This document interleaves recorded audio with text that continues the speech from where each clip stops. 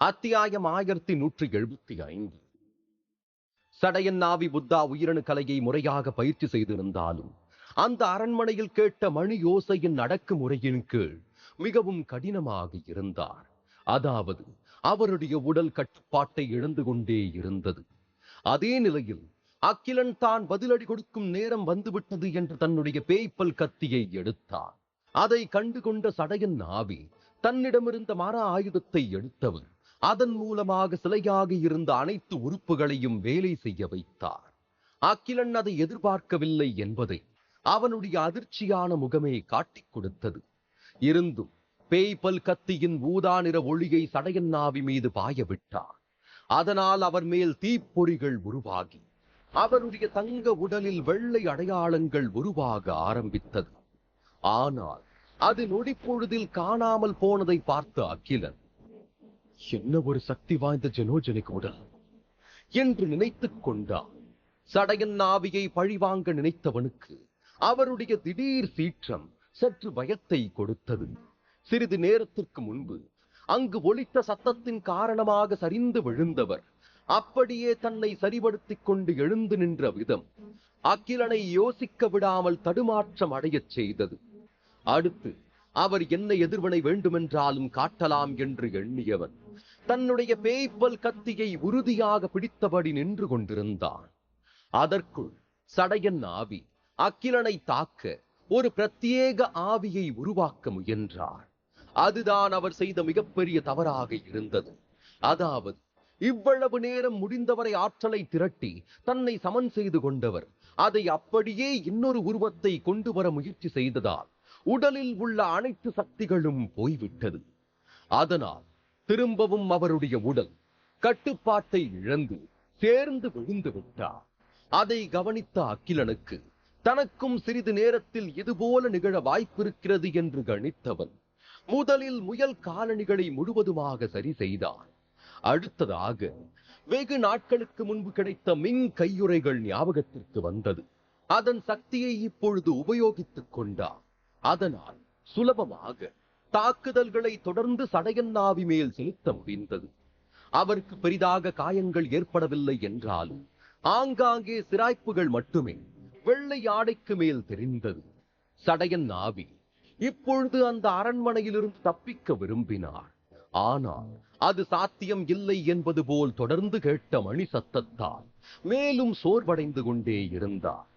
அதற்கு மேல் திடீரென்று அவர் எழுந்து நடனமாட ஆரம்பித்தது.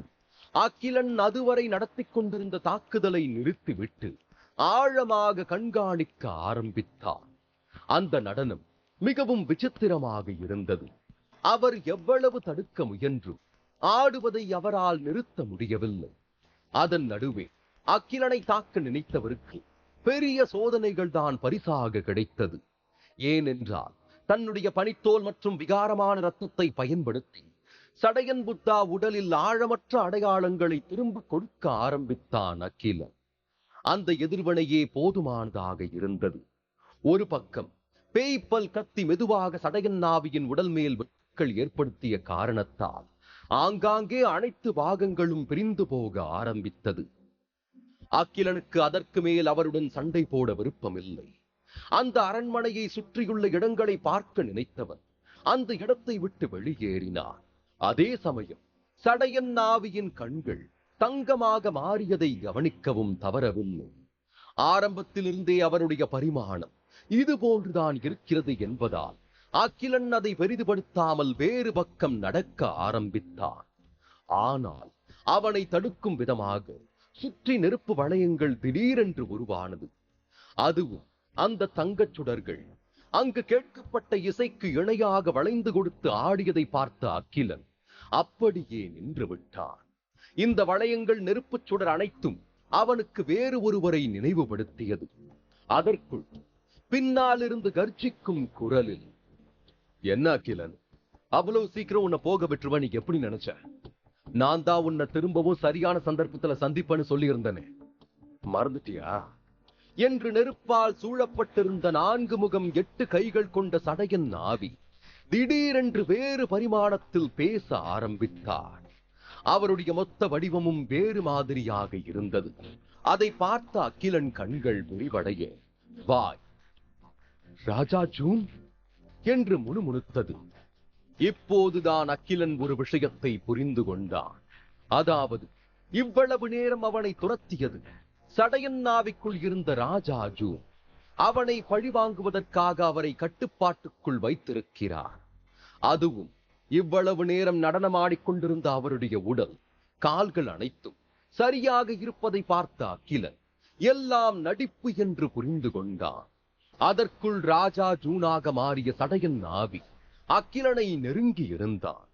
நான் இந்த நாளுக்காக, இந்த நேரத்துக்காக எவ்வளவு நாள் காத்திருந்தான்னு தெரியுமா என்று சத்தமாக சிரிக்கவும் அகிலன் 2 அடி பயத்தில் பின்னால் நின்று கொண்டான்.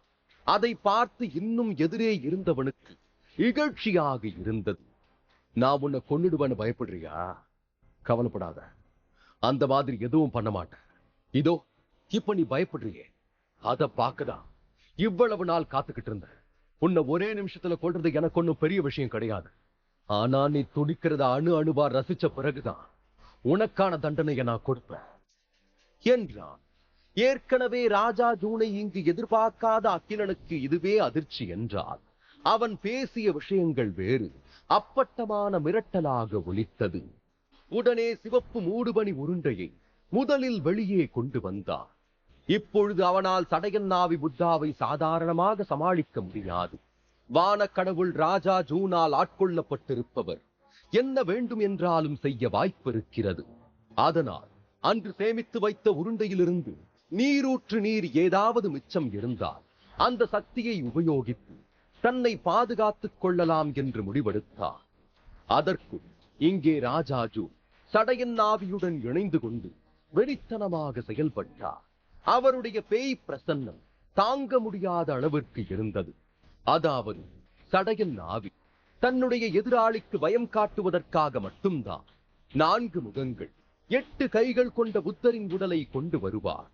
மற்ற நேரங்களில் அது அப்படியே அவருக்குள் அடங்கித்தான் இருக்கும். ஆனால் ராஜா ஜூன் நேரடியாக தன்னுடைய ஆளுமையை காட்ட ஆரம்பித்த பிறகு அனைத்து பக்கத்திலிருந்தும் ஆட்கள் பேசுவது போல் அகிலன் காதில் ஒலித்துக் கொண்டே இருந்தது.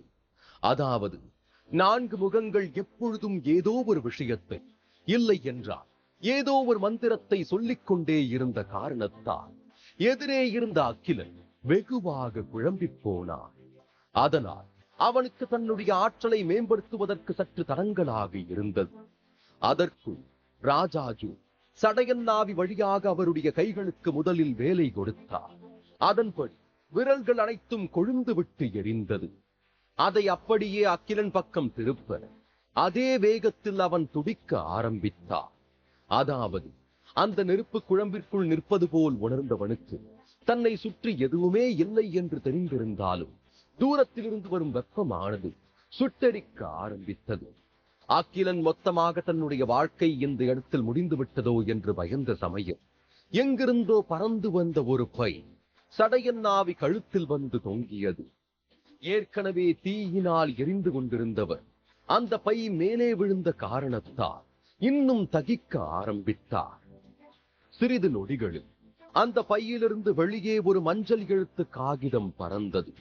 மெதுவாக கீழிருந்து மேலே கருகிய அந்த காகிதத்தின் சாம்பலில் இருந்து ஒரு வித்தியாசமான வெளிச்சம் வந்து சடையன் நாவியின் நெற்றியில் ஒட்டிக் கொண்டது. அவ்வளவையும் பார்த்துக் கொண்டிருந்த அகிலன் அப்படியே நின்று விட்டான். என்ன நடக்கிறது என்று அவனால் கணிக்க முடியவில்லை. அதற்குள் அந்த ஒளி மந்திரம் சடையன் நாவியின் நெற்றியிலிருந்து ஆரம்பித்து அப்படியே அவர் உடல் முழுவதும் படர்ந்தது.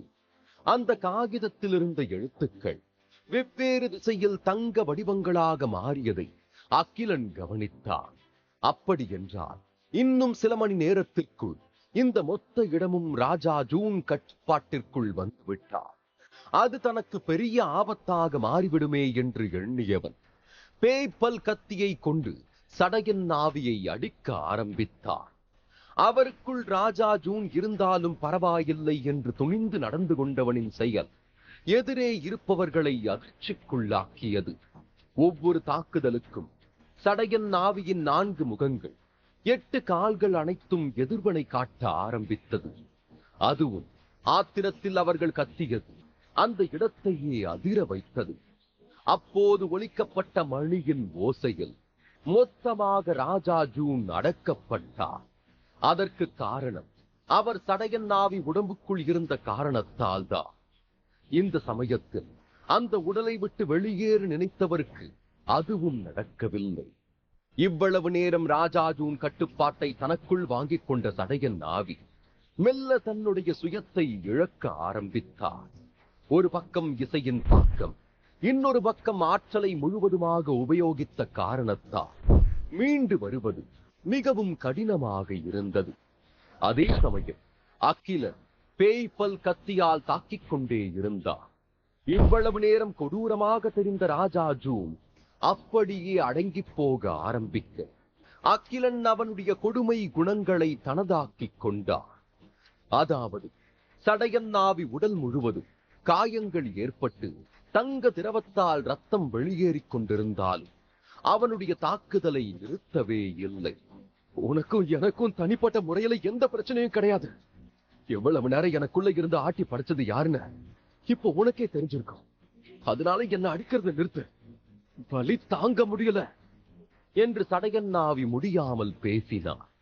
அகிலன் அவர் கூறியது எதையும் ஏற்றுக்கொள்ளாமல் அனைத்தையும் புறக்கணித்து விட்டு அவனுடைய வேலையில் மட்டுமே குறியாக இருந்தான்.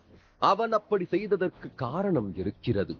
ராஜா ஜூன் வலிமையானவர் என்றால் அதைவிட பல மடங்கு ஆற்றலை கொண்டவர் சடையன் நாவி.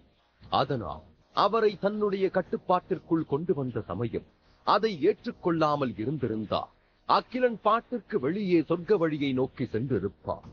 இவர்கள் இருவரால் தேவையே இல்லாமல் இந்த இடத்தில் வந்து அவன் மாட்டிக்கொள்ளும்படி ஆகிவிட்டது. அதற்கு முழு முதல் காரணம் சடையன் நாவி என்றுதான் அகிலனுக்கு நினைக்க தோன்றியது. அதனால் இருவரையும் அவன் விடுவதாக இல்லை. அவனுடைய ஒவ்வொரு தாக்குதலுக்கும் சடையன் நாவி கதறியது புத்த சொர்க்கத்தில் ஒலித்தது. அதையெல்லாம் மீறி அகிலன் கிட்டத்தட்ட 1000 முறை அவருடைய கழுத்தில் தாக்கி இருப்பார். அதன் காரணமாக 4 முகங்களை ஒரே நேரத்தில் வெட்டி வீழ்த்த முடிந்தது. தங்க ரத்தம் சிதறியது. அகிலன் காதுக்கு அந்த அறிவிப்பு ஒலித்தது. மார்க்யூஸ் வர்க்கம் ஜெனோஜெனிக் வேட்டையாடப்பட்டது. 4 முகம் கொண்ட 8 ஆயுத புத்தர், 4 முகம் கொண்ட 8 ஆயுத புத்தர் 2 முறை விழுந்ததால் ஆத்ம சக்தி பெறப்பட்டது. ஜெனோஜெனிக் உயிரணு கண்டுபிடிக்கப்பட்டது. அகிலன் அதை முழுவதுமாக காதில் வாங்கிக் கொண்டதும் பெரிய வெகுமதி பெற்றதும் மிகவும் மகிழ்ச்சி அடைந்தான். இங்கே அதற்கு சடையன் நாவி ஜெனோஜெனிக் உடல் நொறுங்கி அதில் இருக்கும் தங்க சுடர் கொழுந்து விட்டு எரிய ஆரம்பித்தது. அந்த நெருப்பு நிழலின் நெற்றியில் ஒளி மந்திரம் இன்னும் ஒட்டிக் கொண்டிருக்க அதை என்னவென்று அகிலன் படிக்க நினைத்தான். ஆனால் அந்த ஒளி மந்திரம் திடீரென வெடித்தது. அதிலிருந்து தங்கத்தில் பிழம்புகள் சிதறியதும் ராஜா ஜூன் மறைந்ததற்கான அடையாளத்தை அதன் மூலம் அகிலன் தெரிந்து கொண்டான். இங்கே இவ்வளவு பிரச்சனை நடந்து கொண்டிருந்த சமயம் புத்த ராஜ்யத்திலிருந்து ஒரு கப்பல் புறப்பட்டிருந்தது. அங்கு ஒரு மனிதர் பணக்கார ஆடைகளை அணிந்து கொண்டு ஒரு இருக்கையில் ஓய்வெடுத்துக் கொண்டிருந்தார். ஆனால் அவனுடைய வாய் மட்டும் ஏதோ ஒரு பெரிய விஷயத்தை முணுமுணுத்துக் கொண்டிருந்தது. ராஜா ஜூன் அவனை தேடி ஒருத்தர்கிட்ட போயிருக்கானா? அது நம்ப முடியாத விஷயம். ஆனா அந்த நபர் யார் என்னன்னு தெரிஞ்சுக்கிட்டு அப்புறம் நெருங்கி இருக்கலாம். அந்த குடும்பத்துல ஒருத்தரை தொட நினைக்கிறது விஷத்தை நம்ம கையால் அரைச்சு சாப்பிடுறதுக்கு சமம் என்று அகிலனை நினைத்து பெருமூச்சு விட்டார். இங்கே அதற்குள் அகிலன் ஒரு குடுவையை வெளியே எடுத்தவன் சடையன் நாவியின் சிதறிய ரத்தத்தை அதில் சேகரித்தான். அந்த ரத்தமானது ஜெனோஜெனிக் பகுதியில் முக்கியமான பங்கு வகித்தார். இதெல்லாம் அவனுக்கு பின்னாளில் கண்டிப்பாக உதவக்கூடும்.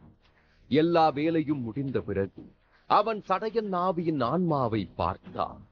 விஸ்கவுண்ட் வகுப்பு 4 முகம் கொண்ட 8 ஆயுத புத்தர் ஆன்மா கவசம் என்று அவனுடைய மூளைக்குள் ஒரு செய்தி பரவ அகிலன் அப்படியே அதிர்ந்தான். அதற்கு காரணம் இதற்கு முன்பு பல இடங்களில் அவன் இது போன்ற ஆன்மாக்களை பார்த்திருக்கிறான். அதில் வெறுமனே கவசம் என்றுதான் பெயரிட்டிருக்கும். ஆனால் இங்கே ஆன்மா கவசம் என்றால் என்னவென்று அவனுக்கு தெரியவில்லை. அதனால் அதை பற்றி ஆராய்ந்து கொள்ளும் ஆர்வத்தில் உடனே அந்த ஆத்ம சக்தியை வரவழைத்தார். அதனால் ஒரு தங்க கவசம் அவனை அப்படியே சுற்றி கொண்டது. அது எவ்வளவு சக்தி வாய்ந்தது என்பதை அகிலனால் ஒரே நொடியில் உணர முடிந்தது. அதற்கு பெயர் ஜெமினி தங்க கவசம் ஆகும். பார்ப்பதற்கு சாதாரண ஆத்ம சக்தியாக இருந்தாலும் அதில் பல விசேஷங்கள் அடங்கி இருக்கிறது. அகிலன் முதலில் அதை வேகமாக குத்தி பார்த்து சக்தியை உருவாக்க முயன்றார். ஆனால் அதற்கு முன்பாகவே அது பிரகாசிக்க தொடங்கிவிட்டது. அதாவது சடையன் நாவி கொண்டிருந்த அதே சக்தி அதற்கும் இருந்தது. அகிலன் அதன் வலிமையை புரிந்து கொண்டு மிகவும் மகிழ்ச்சியாக உணர்ந்தார். இதற்கு முன்பு இது போன்ற கவசம் அவனிடம் இருந்ததில்லை. அதை அணிந்து கொண்ட நொடி மார்க்யூஸ் சக்தியை மொத்தமாக வழங்கியது. அது சடையன் நாவியிலிருந்து வந்திருந்ததா இயல்பை விட வலுவாக இருந்தது. அப்பொழுதுதான் அவன் பக்கத்தில் அப்படியே தோளோடு ஒட்டுக்கொண்ட ஒரு உருவம் இருப்பதை உணர்ந்தான். யார் என்று அவன் திரும்பி பார்க்க அவசியமே இல்லாத அளவிற்கு முன்பக்கத்தில் தங்கத்தால் ஆன ஒரு கண்ணாடி ஜொலிக்கவும் அதில் தெரிந்த பிம்பத்தை பார்த்து அகிலன் அதிர்ந்து விட்டான்.